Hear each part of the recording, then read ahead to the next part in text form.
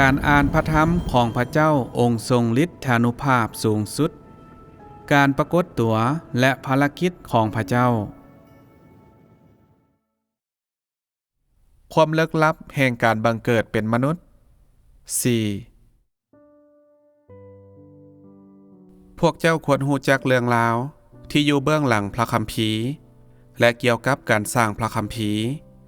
ความรู้นี้บ่แม่นเป็นของคนที่บ่ยอมรับเอาภารกิจใหม่ของพระเจ้าพวกเขาบ่รู้จักถ้าเจ้าเว้าเกี่ยวกับแก่นแท้ในเรื่องนี้ต่อพวกเขาอย่างชัดเจนพวกเขาก็จะบ่เข้มงวดเกี่ยวกับพระคัมภีร์กับเจ้าอีกต่อไปพวกเขาคุดค้นในสิ่งที่ถูกทำนายไว้แล้วอยู่ตลอดเวลาข้อความนี้ได้เกิดขึ้นแล้วบ่ข้อความนั้นได้เกิดขึ้นแล้วบ่การที่พวกเขายอมรับข่าวประเสริฐแม่นอิงตามพระคัมภีร์และพวกเขาเทศนาข่าวประเสริฐตามพระคัมภีร์ความเชื่อที่พวกเขามีในพระเจ้าแม่นนอนอยู่ในพระธรรมของพระคัมภีร์หากปราศจากพระคัมภีร์พวกเขาจะบ่เชื่อในพระเจ้านี่แม่นลักษณะที่พวกเขาดำรงชีวิตอยู่วิเคราะห์พระคัมภีร์แบบบ่มีเหตุผลเมื่อพวกเขามาค้นค้นเรื่องพระคัมภีร์อีกครั้งและขอให้เจ้าอธิบายเจ้าว่าก่อนอื่นพวกเขาบ่ต้องสำรวจข้อความแต่ละข้อกงกันข้ามขอให้พวกเขาเหลียวเบิงวิธีที่พระวิญญาณบริสุทธิ์ปฏิบัติภารกิจให้พวกเขารับเอาเส้นทางที่พวกเขาย่างและเปรียบเทียบเส้นทางนั้นกับความจริงเพื่อเบิงว่าเส้นทางแม่นภารกิจของพระวิญญาณบริสุทธิ์อย่างที่จริงหรือบ่และใช้ภารกิจของพระวิญญาณบริสุทธิ์เพื่อกวดเบิงว่าเส้นทางดังกล่าวถูกต้องหรือบ่แต่สำหรับข้อความนี้หรือข้อความนั้นได้เกิดขึ้นตามการทำนายหรือบ่นั้นพวกเฮาผู้เป็นมนุษย์บ่ควรสอดรู้ในสิ่งนั้นกงกันข้ามมันจะดีกว่าถ้าพวกเฮาพากันเว้าถึงภารกิจของพระวิญญาณบริสุทธิ์และภารกิจล่าสุดที่พระเจ้ากำลังปฏิบัติคำทำนายที่อยู่ในพระคัมภีร์แม่นพระธรรมของพระเจ้าที่ถ่ายทอดในเวลานั้นโดยผู้ประกาศพระธรรมและพระธรรมที่ถูกเขียนโดยคนที่พระเจ้าใช้รับเอาความปรารถนามีเพียงแต่พระเจ้าเองเท่านั้นที่สามารถอธิบายพระธรรมเหล่านั้นได้มีเพียงแต่พระวิญญาณบริสุทธิ์เท่านั้นที่สามารถเฮ็ดให้ความหมายของพระธรรมเหล่านั้นเป็นที่รู้จักและมีเพียงแต่พระเจ้าเองเท่านั้นที่สามารถทำลายตาประทับทั้ง7และไม้หนังสือม้วนได้เจ้าว่าเจ้าบ่แม่นพระเจ้าและเฮาก็บ่แม่นเช่นกันฉะนั้นผู้ใดกล้าอธิบายพระธรรมของพระเจ้าได้อย่างง่ายดายแดเจ้ากล้าอธิบายพระธรรมเหล่านั้นบ่ถึงแม่นผู้ประกาศพระธรรมเยเรมียาโยฮันและเอลียาต้องกลับคืนมาพวกเขาก็จะบ่กล้าทดลองและอธิบายพระธรรมเหล่านั้นย้อนพวกเขาบ่แม่นพระเมสสาน้อยมีเพียงแต่พระเมสสาน้อยเท่านั้นที่สามารถทำลายตาประทับทั้ง7และไม้หนังสือม้วนออกได้และบ่มีผู้ใดสามารถอธิบายพระธรรมของพระองค์ได้เฮาบ่กล้าที่จะญาติแย่งเอาพระนามของพระเจ้าแล้วแหงไก่ที่เฮาจะพยายามอธิบายพระธรรมของพระเจ้าเฮาเพียงแต่สามารถเป็นคนที่อ่อนน้อมต่อพระเจ้าเท่านั้นเจ้าเป็นพระเจ้าบ่มีสิ่งทรงสร้างใดๆของพระเจ้าที่จะกล้าไม้หนังสือม้วนนั้นออกได้หรืออธิบายพระธรรมเหล่านั้นได้และฉะนั้นเฮาจึงบ่กล้าอธิบายพระธรรมเหล่านั้นเช่นกันเจ้าบ่ควรพยายามอธิบายพระธรรมเหล่านั้นทุกคนบ่ควรพยายามอธิบายมันพวกเฮาควรเว้าเกี่ยวกับภารกิจของพระวิญญาณบริสุทธิ์นี่แม่นสิ่งที่มนุษย์สามารถเฮ็ดได้หลายที่สุดเฮาฮู้จักเกี่ยวกับภารกิจของพระเยโฮวาและพระเยซูเล็กน้อยแต่ในเมื่อเฮา บ่มีประสบการณ์ส่วนตัวเกี่ยวกับภารกิจดังกล่าวเฮาเพียงแต่สามารถเว้าถึงภารกิจดังกล่าวในขอบเขตจำกัดเท่านั้นสำหรับความหมายของพระธรรมที่เอสยาห์หรือพระเยซูกล่าวในเวลาของพวกเขาเฮาจะบ่ขออธิบายเฮาบ่ได้ศึกษาพระคัมภีร์กงกันข้ามเฮาติดตามภารกิจในปัจจุบันของพระเจ้าแท้จริงแล้วเจ้าถือพระคัมภีร์เป็นเพียงหนังสือม้วนน้อยๆแต่ว่ามันบ่แม่นสิ่งที่มีเพียงพระเมสสาน้อยสามารถเปิดได้บ่นอกจากพระเมสสาน้อยแล้วผู้ใดสามารถเฮ็ดได้แด่เจ้าบ่แม่นพระเมสสาน้อยและแหงไก่ที่เฮาจะกล้าอ้างว่าเป็นพระเจ้าเองฉะนั้นให้พวกเฮาบ่วิเคราะห์พระคัมภีร์หรือวิพากษ์วิจารณ์พระคัมภีร์อย่างบ่มีเหตุผลมันจะเป็นการดีที่สุดที่เฮามาสนทนาเกี่ยวกับภารกิจที่พระวิญญาณบริสุทธิ์ปฏิบัตินั่นก็คือภารกิจในปัจจุบันที่พระเจ้าเองปฏิบัติให้พวกเฮาเบิ่งว่าแม่นหยังคือหลักการที่พระเจ้าปฏิบัติภารกิจและแม่นหยังคือแก่นแท้แห่งภารกิจของพระองค์ใส่สิ่งเหล่านี้เพื่อพิสูจน์ว่าเส้นทางที่พวกเฮาย่างในปัจจุบันนี้ถูกต้องหรือบ่และในลักษณะนี้จึงจะมั่นใจเกี่ยวกับสิ่งนั้นถ้าพวกเจ้าปรารถนาที่จะเทศนาข่าวประเสริฐโดยเฉพาะกับผู้คนที่อยู่ในโลกแห่งศาสนาพวกเจ้าต้องเข้าใจพระคัมภีร์และมีความเข้าใจอย่างลึกซึ้งเกี่ยวกับเรื่องราวภายในบ่ดังนั้นจะบ่มีทางให้เจ้าเทศนาข่าวประเสริฐได้หลังจากที่เจ้าได้เข้าใจภาพรวมอย่างลึกซึ้งแล้วและเซาวิพากษ์วิจารณ์ข้อพระธรรมที่ตายแล้วในพระคัมภีร์แบบบ่ให้ความสำคัญแต่เพียงเว้าถึงภารกิจของพระเจ้าและชีวิตความจริงเจ้าก็จะสามารถรับเอาคนที่แสวงหาด้วยหัวใจที่แท้จริง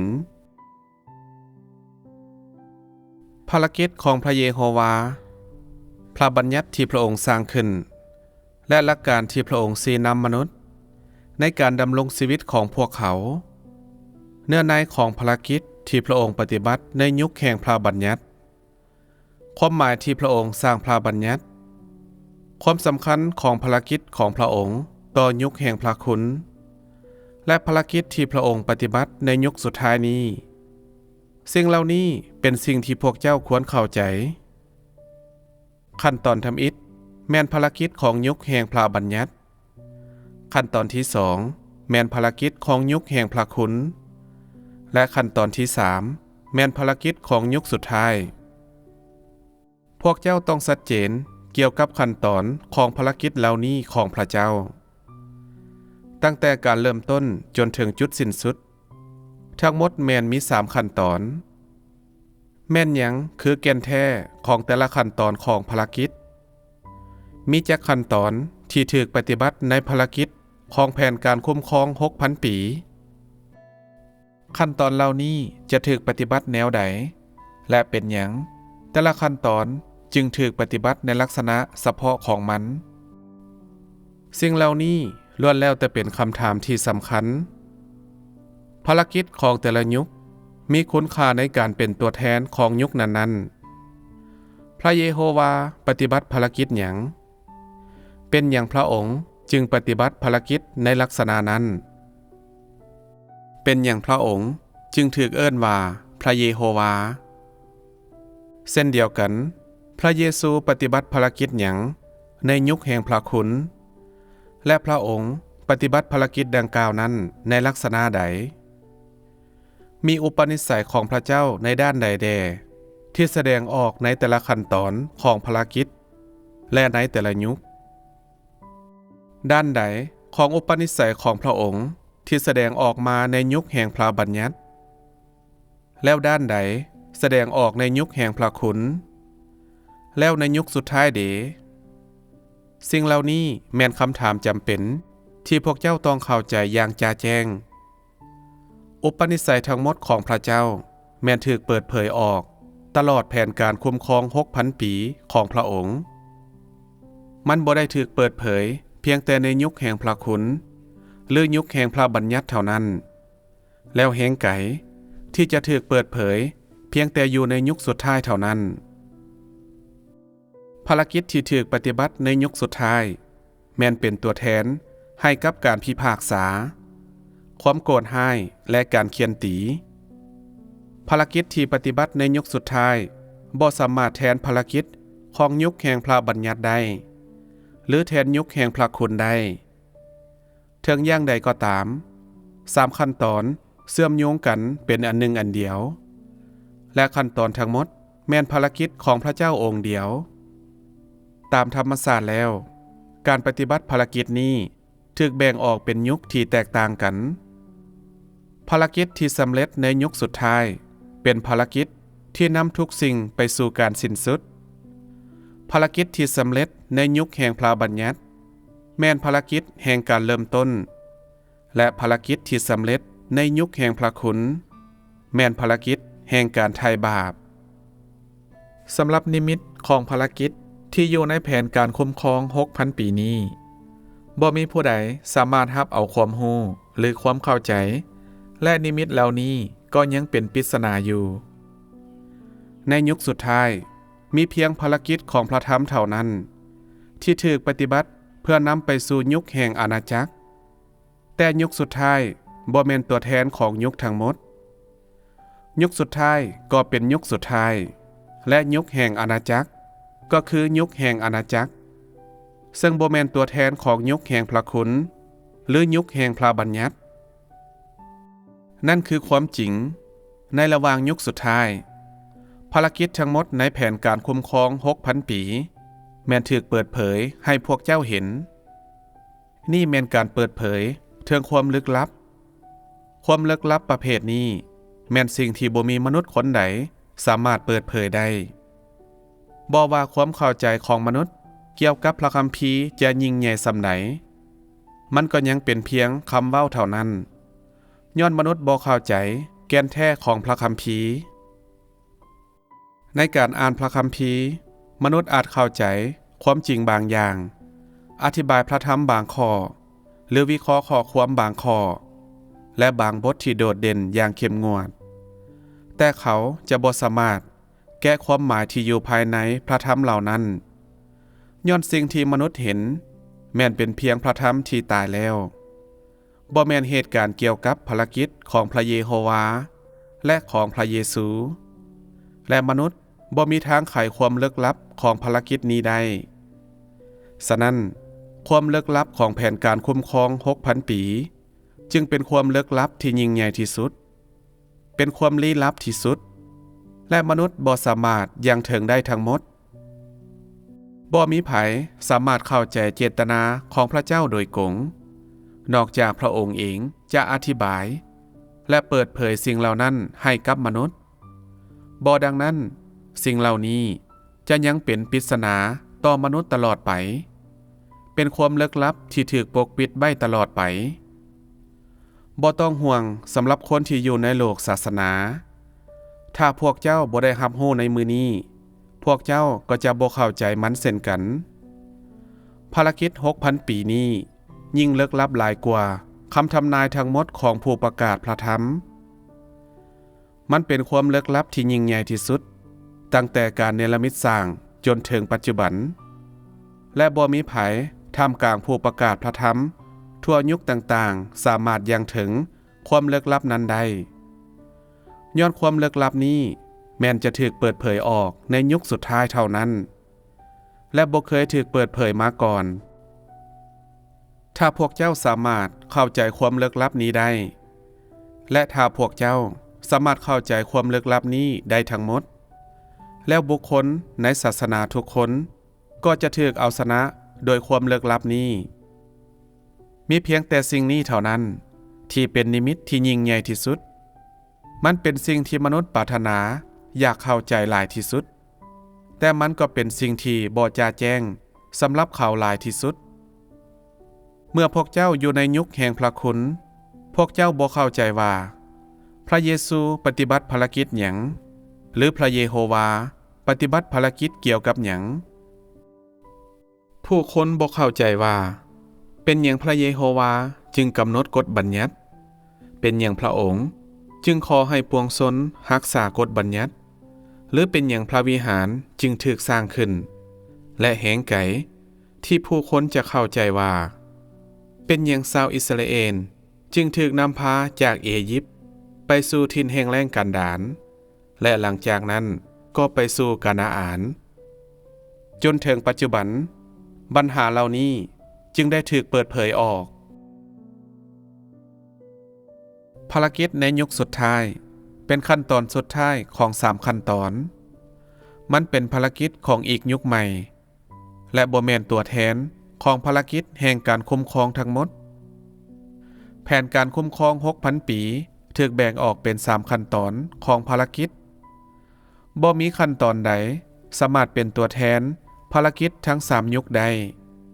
แต่เป็นเพียงภาคส่วนหนึ่งของภารกิจทั้งหมดสื่อของพระเยโฮวาบ่สามารถเป็นตัวแทนให้กับอุปนิสัยของพระเจ้าทั้งหมดได้ความจริงที่ว่าพระองค์ได้ปฏิบัติภารกิจของพระองค์ในยุคแห่งพระบัญญัติบ่ได้พิสูจน์ให้เห็นว่าพระเจ้าเป็นเพียงพระเจ้าที่อยู่ภายใต้พระบัญญัติเท่านั้นพระเยโฮวาสร้างตั้งพระบัญญัติเพื่อมนุษย์และวางข้อพระบัญญัติเหล่านั้นให้กับพวกเขาเรียกร้องให้มนุษย์สร้างพระวิหารและแทนบูชาภารกิจที่พระองค์ปฏิบัติเพียงแต่เป็นตัวแทนให้กับยุคแห่งพระบัญญัติเท่านั้นภารกิจนี้ที่พระองค์ปฏิบัติบ่ได้พิสูจน์ให้เห็นว่าพระองค์เป็นเพียงพระเจ้าที่เรียกร้องให้มนุษย์รักษาพระบัญญัติหรือพระองค์เป็นพระเจ้าเพียงในพระวิหารหรือพระองค์เป็นเพียงพระเจ้าต่อหน้าแทนบูชาเท่านั้นการเว้าแบบนั้นจะบ่แม่นความจริงภารกิจที่สำเร็จภายใต้พระบัญญัติก็เป็นตัวแทนให้เพียงแต่ยุคใดหนึ่งดังนั้นถ้าพระเจ้าเพียงแต่ปฏิบัติภารกิจในยุคแห่งพระบัญญัติเท่านั้นมนุษย์ก็จะกำหนดพระเจ้าในความหมายดังต่อไปนี้โดยว่าพระเจ้าเป็นพระเจ้าในพระวิหารและเพื่อรับใช้พระเจ้าพวกเขาต้องนุ่งเสื้อคลุมปาโลหิตและเข้าไปในพระวิหารถ้าภารกิจในยุคแห่งพระคุณบ่ได้เกิดขึ้นและยุคแห่งพระบัญญัติได้สืบต่อมาจนถึงทุกมื้อนี้มนุษย์จะบ่ฮู้ว่าพระเจ้ายังมีความเมตตาและความรักถ้าภารกิจในยุคแห่งพระบัญญัติบ่ได้ปฏิบัติให้สำเร็จและกงกันข้ามมีเพียงแต่ภารกิจในยุคแห่งพระคุณเท่านั้นแล้วมวลมนุษย์ก็จะฮู้แต่ว่าพระเจ้าเพียงแต่สามารถไถ่บาปให้กับมนุษย์และอภัยความผิดบาปให้มนุษย์เท่านั้นมนุษย์จะฮู้เพียงแต่ว่าพระองค์เป็นองค์บริสุทธิ์และองค์ให้เดียงสาและย้อนเห็นแก่มนุษย์พระองค์จึงสามารถสละพระองค์เองและยอมถูกขึงใส่เทิงไม้กางเขน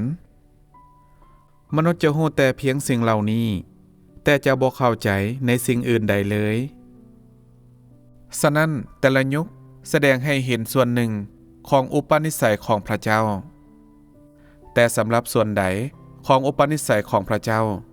คือตัวแทนในยุคแห่งพระบัญญัติส่วนใดคือตัวแทนยุคแห่งพระคุณและส่วนใดคือตัวแทนในยุคปัจจุบัน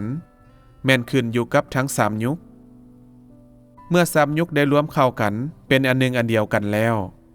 ทั้ง3ยุคจะสามารถเปิดเผยอุปนิสัยของพระเจ้าได้ทั้งหมดเพียงแต่เมื่อมนุษย์ได้มารู้จักทั้ง3ขั้นตอนนี้ทั้งหมดพวกเขาจึงจะสามารถเข้าใจอย่างแท้จริงบ่มีขั้นตอนใดใน3ขั้นตอนที่สามารถตัดออกได้หลังจากได้รู้จักภารกิจ3ขั้นตอนเหล่านี้แล้วเจ้าจะเห็นอุปนิสัยทั้งหมดของพระเจ้าความจริงที่พระเจ้าสำเร็จภารกิจในยุคแห่งพระบัญญัติบ่ได้พิสูจน์ว่าพระองค์เป็นพระเจ้าภายใต้พระบัญญัติและความจริงที่ว่าพระองค์สำเร็จภารกิจแห่งการไถ่บาปบ่ได้หมายความว่าพระเจ้าจะไถ่บาปมนุษย์ศาสตร์ตลอดไป สิ่งเหล่านี้แม่นเป็นการสรุปโดยมนุษย์เองยุคแห่งพระคุณได้สิ้นสุดลงแต่เจ้าบ่สามารถเว้าว่าพระเจ้าเป็นเพียงไม้กางแขนเท่านั้นและไม้กางแขนเท่านั้นที่เป็นตัวแทนความหลอดพ้นของพระเจ้าการเว้าแบบนั้นก็จะเป็นการต่อต้านพระเจ้าในขั้นตอนปัจจุบันพระเจ้าเพียงปฏิบัติภารกิจเกี่ยวกับพระธรรมเป็นส่วนใหญ่แต่เจ้าบ่สามารถเว้าว่าพระเจ้าบ่เคยมีความเมตตาต่อมนุษย์จักเทื่อและสิ่งที่พระองค์นำมามีเพียงการตีสอนและการพิพากษาเท่านั้นภารกิจในยุคสุดท้ายเปิดเผยภารกิจของพระเยโฮวาพระเยซูและความลึกลับทั้งหมดที่มนุษย์บ่สามารถเข้าใจมันได้พร้อมทั้งเปิดเผยจุดหมายปลายทางและจุดจบของมนุษยศาสตร์และสิ้นสุดภารกิจแห่งความหลอดพ้นทั้งหมดท่ามกลางมนุษยศาสตร์ขั้นตอนของภารกิจในยุคสุดท้ายนี้จะนำพาทุกสิ่งไปสู่การสิ้นสุดความลึกลับทั้งหมดที่มนุษย์บ่เข้าใจจะได้ถูกเปิดเผยเพื่อว่ามนุษย์จะได้ยังถึงความลึกลับดังกล่าวอย่างลึกซึ้งและมีความเข้าใจอย่างแจ่มแจ้งด้วยวิธีนี้เท่านั้นมนุษยศาสตร์จึงจะสามารถถูกจัดแบ่งออกตามประเภทของไผมันมีเพียงแต่หลังจากแผนการคุ้มครอง 6,000 ปีได้สำเร็จลงมนุษย์จึงจะสามารถเข้าใจถึงอุปนิสัยของพระเจ้าทั้งหมดเพราะว่าในตอนนั้นการคุ้มครองของพระองค์ก็จะสิ้นสุดลงเช่นกันบัดนี้พวกเจ้าได้เผชิญกับภารกิจของพระเจ้าในยุคสุดท้ายแม่นหยังคืออุปนิสัยของพระเจ้า เจ้ากล้าเว้าบ่ว่าพระเจ้าเป็นพระเจ้าที่เพียงแต่กล่าวพระธรรมและบ่เฮ็ดสิ่งอื่นอีกเจ้าจะบ่กล้าสรุปแบบนั้นบางคนมาว่าพระเจ้าเป็นพระเจ้าที่เปิดเผยความลึกลับพระเจ้าเป็นพระเมสสาน้อยและผู้ที่ทำลายตาประทับทั้ง7แต่บ่มีไผกล้าสรุปแบบนั้นคนอื่นอาจว่าพระเจ้าเป็นเนื้อหนังที่บังเกิดเป็นมนุษย์แต่สิ่งนี้ก็ยังบ่ถูกต้องยังมีคนอื่นอาจว่าพระเจ้าที่บังเกิดเป็นมนุษย์เพียงแต่กล่าวพระธรรมเท่านั้นและบ่เฮ็ดหมายสำคัญและการอัศจรรย์แต่เจ้าจะกล้าเว้าในลักษณะนี้อีกอยู่บ่ย้อนพระเยซูกลายมาเป็นเนื้อหนังและพระองค์ได้เฮ็ดหมายสำคัญและการอัศจรรย์ดังนั้นเจ้าจะบ่กล้ากำหนดพระเจ้าอย่างง่ายๆแบบนี้อีกภารกิจทั้งหมดที่ถูกปฏิบัติด้วยแผนการคุ้มครอง 6,000 ปีแม้นหาก็มาถึงจุดสิ้นสุดมีเพียงแต่หลังจากที่ภารกิจทั้งหมดถูกเปิดเผยออกให้กับมนุษย์และถูกปฏิบัติในท่ามกลางมนุษย์มนุษยศาสตร์ทั้งปวงจึงจะรู้จักอุปนิสัยทุกอย่างของพระองค์และสิ่งที่พระองค์มีและเป็น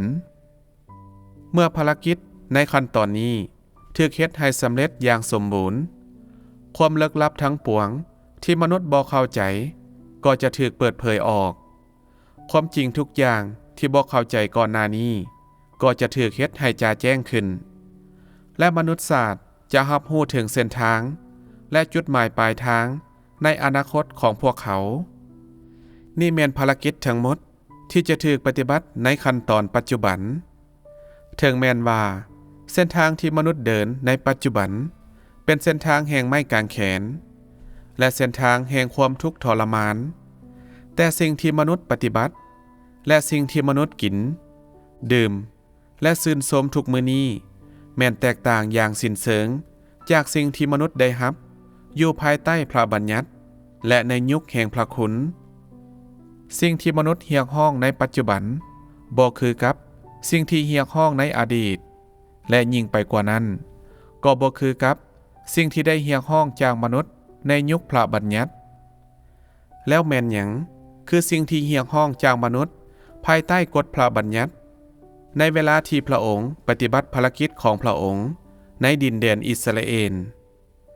มันก็บ่มีหยังหลายไปกว่าให้มนุษย์รักษาวันซาบาโตและพระบัญญัติของพระเยโฮวาในยุคนั้นบ่มีผู้ใดเฮ็ดเบียกในวันซาบาโตและละเมิดพระบัญญัติของพระเยโฮวา แต่ในปัจจุบันบ่เป็นแบบนั้นในวันซาบาโตมนุษย์จะเฮ็ดเวียกสุมนุมและอธิษฐานเป็นปกติและบ่มีข้อห้ามใดๆสำหรับพวกเขาส่วนคนที่อยู่ในยุคแห่งพระคุณนั่นแม่นต้องได้รับบัพติศมาและยิ่งไปกว่านั้นพวกเขายังต้องได้ถูกเรียกร้องให้อดอาหารฮักข้าวจีดื่มเหล้าผ้าปกคลุมหัวและให้พวกเขาล้างตีนให้คนอื่นในปัจจุบันกฎเกณฑ์เหล่านี้ถูกยกเลิกไปหมดแล้วแต่ความเรียกร้องต้องการจากมนุษย์แม่นเพิ่มหลายขึ้นเนื่องจากว่าภารกิจของพระเจ้าได้ลงลึกเข้าไปอย่างบ่สิ้นสุดและทางเข้าของมนุษย์แม่นยิ่งสูงขึ้นในอดีตพระเยซูวางมือของพระองค์ใส่มนุษย์และอธิษฐานแต่ปัจจุบันเมื่อทุกสิ่งได้กล่าวไปหมดแล้วจะมีประโยชน์หยังกับการวางมือใส่มนุษย์เพียงพระธรรมเท่านั้นก็สามารถบรรลุผลได้แล้วเมื่อพระองค์วางมือของพระองค์ใส่มนุษย์ในอดีตมันแม่นการให้พรมนุษย์และยังเป็นการรักษาเขาให้หายจากโรคภัยไข้เจ็บนี่แม่นวิธีที่พระวิญญาณบริสุทธิ์ปฏิบัติภารกิจในเวลานั้นแต่มันบ่แม่นแบบนั้นในปัจจุบันทุกมื้อนี้พระวิญญาณบริสุทธิ์ใส่พระธรรมเพื่อปฏิบัติภารกิจและเพื่อบรรลุผลพระธรรมของพระองค์ถูกเฮ็ดให้ชัดเจนต่อพวกเจ้าและพวกเจ้าควรนำพระธรรมเหล่านั้นเข้าสู่การปฏิบัติดังที่พวกเจ้าได้ถูกมอบหมายไว้พระธรรมของพระองค์คือเจตนาของพระองค์สิ่งเหล่านั้นแม่นภารกิจที่พระองค์ปรารถนาที่จะปฏิบัติผ่านทางพระธรรมของพระองค์เจ้าจะเข้าใจเจตนาของพระองค์และสิ่งที่พระองค์เรียกร้องให้เจ้าบรรลุและเจ้าเพียงแต่นำพระธรรมของพระองค์เข้าสู่การปฏิบัติโดยกงโดยบ่จำเป็นต้องวางมือใส่ไผบางคนว่าขอให้วางมือของพระองค์ใส่ข้าน้อยขอให้วางมือของพระองค์ใส่ข้าน้อยเพื่อข้าน้อยจะได้รับพรจากพระองค์และเพื่อข้าน้อยจะเป็นส่วนหนึ่งของพระองค์ทุกสิ่งเหล่านี้แม่นการปฏิบัติที่ล้าสมัยในอดีตปัจจุบันนี้ได้เซาไซแล้วเพราะว่ายุคได้เปลี่ยนแปลงไปพระวิญญาณบริสุทธิ์ปฏิบัติภารกิจตามยุคบ่ได้ปฏิบัติโดยบังเอิญหรือปฏิบัติให้สอดคล้องกับกฎระเบียบใดหนึ่งที่กำหนดขึ้นยุคได้เปลี่ยนไปและยุคใหม่จำเป็นต้องมีภารกิจใหม่สิ่งนี้เป็นความจริงของทุกขั้นตอนของภารกิจและฉะนั้นภารกิจของพระองค์จึงบ่เคยถูกเฮ็ดซ้ำกันจักเทื่อในยุคแห่งพระคุณพระเยซูปฏิบัติภารกิจประเภทดังกล่าวหลายพอสมควรเช่นการรักษาคนเจ็บป่วยการขับไล่ผีร้ายการวางมือของพระองค์ใส่มนุษย์เพื่ออธิษฐานให้กับเขาและประทานพรให้แก่มนุษย์แต่การปฏิบัติแบบนั้นอีกครั้งจะบ่มีความหมายหยังในปัจจุบันในเวลานั้นพระวิญญาณบริสุทธิ์ปฏิบัติภารกิจในลักษณะนั้นก็ย้อนว่ามันเป็นยุคแห่งพระคุณและในยุคนั้นแม้นมีความเมตตากรุณาต่อมนุษย์อย่างหลวงหลายบ่มีการเรียกร้องให้เขาจ่ายราคาบ่ว่าในรูปแบบใดก็ตามและตราบใดที่เขามีความเชื่อเขาก็จะได้รับความกรุณาทุกคนถูกปฏิบัติด้วยความเมตตาอย่างหลวงหลายปัจจุบันนี้ยุคได้เปลี่ยนแปลงแล้วและภารกิจของพระเจ้าได้ก้าวหน้าขึ้นการต่อต้านของมนุษย์และสิ่งที่สกปรกภายในมนุษย์จะถูกลบล้างผ่านการตีสอนและการพิพากษาขั้นตอนนั้นเป็นขั้นตอนแห่งการไถ่บาปพระเจ้าจำเป็นต้องปฏิบัติภารกิจโดยวิธีนั้นซึ่งพระองค์ได้แสดงพระคุณอย่างเพียงพอให้มนุษย์ได้ชื่นชมเพื่อว่ามนุษย์จะได้รับการไถ่บาปและด้วยวิธีทางแห่งพระคุณพวกเขาจะได้รับการอภัย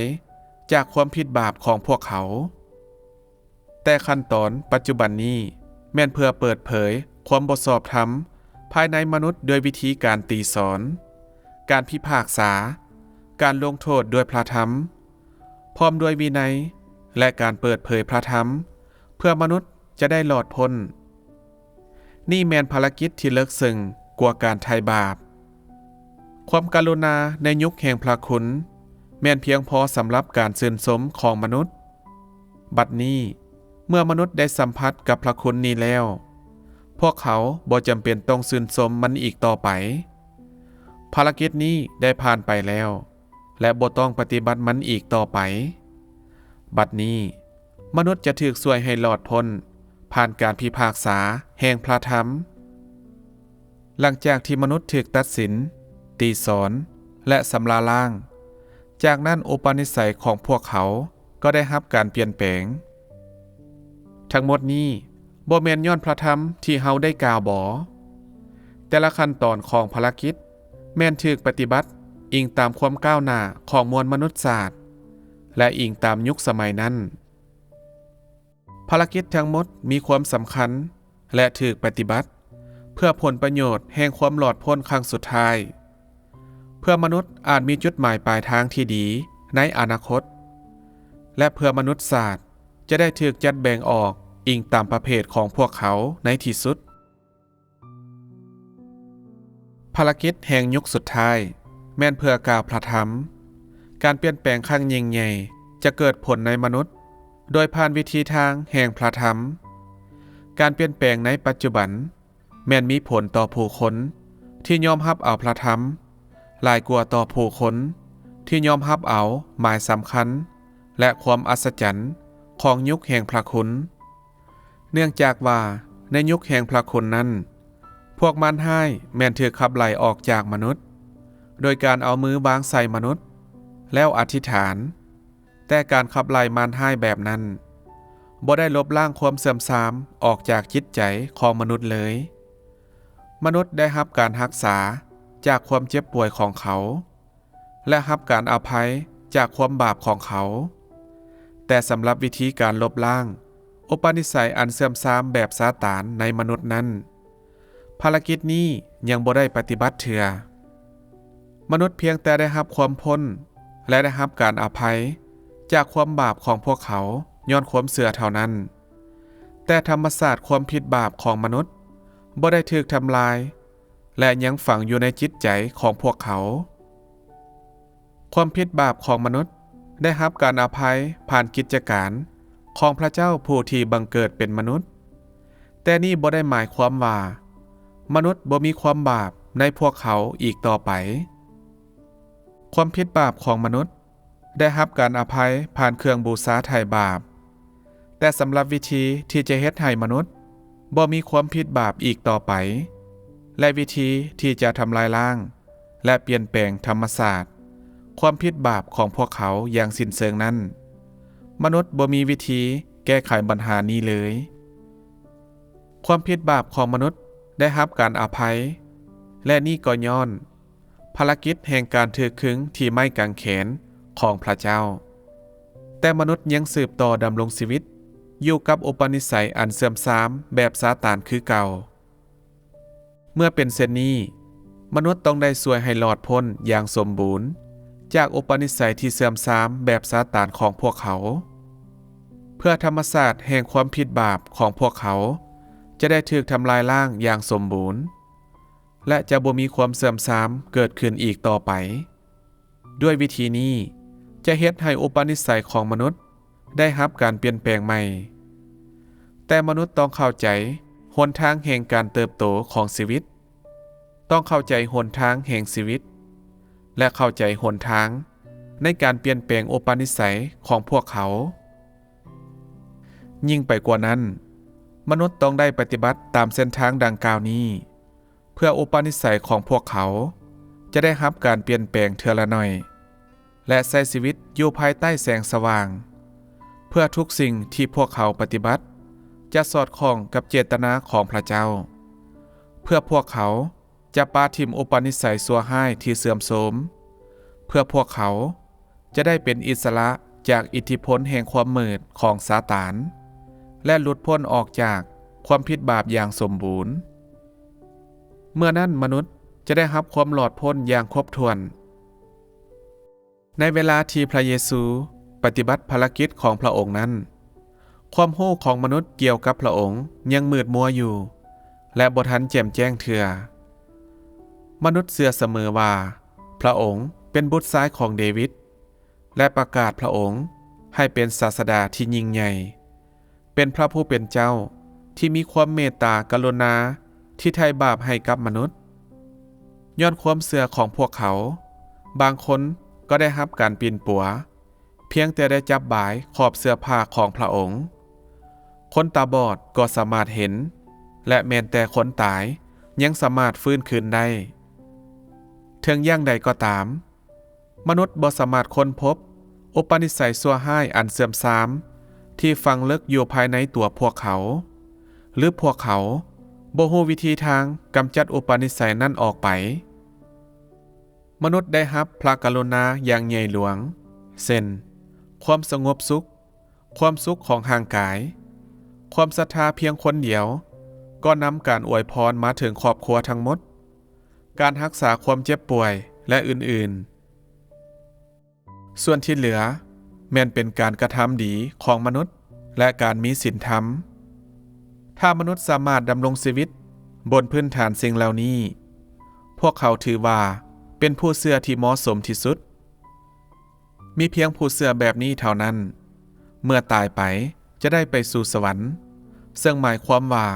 พวกเขาได้ถูกช่วยให้พ้นแล้วแต่ว่าในชีวิตของพวกเขาผู้คนเหล่านี้บ่เคยเข้าใจหนทางแห่งชีวิตเลยพวกเขาสร้างแต่ความบาปสร้างบาปแล้วก็สารภาพบาปเฮ็ดแบบนั้นซ้ำแล้วซ้ำอีกโดยบ่มีการค้นคิดหาเส้นทางเพื่อเปลี่ยนแปลงอุปนิสัยของพวกเขาเลยนั่นคือสภาพของมนุษย์ในยุคแห่งพระคุณแล้วมนุษย์ได้รับความหลอดพ้นอย่างสมบูรณ์บ่ฉะนั้นหลังจากภารกิจยุคนั้นได้สิ้นสุดลงก็ยังมีภารกิจของการพิพากษาและการตีสอนภารกิจยุคนี้แม่นเพื่อเฮ็ดให้มนุษย์บริสุทธิ์โดยวิธีทางแห่งพระธรรมและเป็นการมอบหนทางให้มนุษย์ปฏิบัติตามยุคนี้จะบ่มีผลประโยชน์หรือมีความหมายถ้ายังมีการสืบต่อกำจัดมันให้เพราะว่ามันจะเฮ็ดให้การลบล้างธรรมศาสตร์แห่งความผิดบาปของมนุษย์ล้มเหลวและมนุษย์ก็จะหยุดอยู่ในการให้อภัยบาปของพวกเขาโดยผ่านการถวายบาปมนุษย์ได้รับการให้อภัยจากความผิดบาปของพวกเขานั่นก็คือย้อนภารกิจของการไถ่บาปด้วยการขึงเทิงไม้กางเขนได้สิ้นสุดลงและย้อนพระเจ้าได้เอาชนะซาตานมนุษย์จึงได้รับการให้อภัยความผิดบาปแต่อุปนิสัยที่เสื่อมทรามของมนุษย์ยังคงเสื่อมทรามอยู่มนุษย์ยังสามารถสร้างบาปและต่อต้านพระเจ้าและพระเจ้ายังบ่ได้ถูกรับเอาโดยมนุษย์ด้วยเหตุนั้นในขั้นตอนนี้ของภารกิจพระเจ้าจึงใส่พระธรรมเพื่อเปิดเผยอุปนิสัยที่เสื่อมทรามของมนุษย์เพื่อเฮ็ดให้พวกเขาปฏิบัติตามเส้นทางที่ถูกต้องขั้นตอนนี้แม้นมีความหมายกว่าขั้นตอนที่ผ่านมาพร้อมทั้งมีผลประโยชน์หลายกว่าเพราะว่าเป็นยุคแห่งพระธรรมที่สนองชีวิตของมนุษย์โดยกงและเฮ็ดให้อุปนิสัยของมนุษย์ได้รับการเปลี่ยนแปลงใหม่ทั้งหมดเป็นขั้นตอนของภารกิจที่ละเอียดขึ้นหลายฉะนั้นการบังเกิดเป็นมนุษย์ในยุคสุดท้ายได้สำเร็จความหมายของการบังเกิดเป็นมนุษย์ของพระเจ้าและสำเร็จแผนการคุ้มครองของพระเจ้าอย่างสมบูรณ์เพื่อความหลอดพ้นของมนุษย์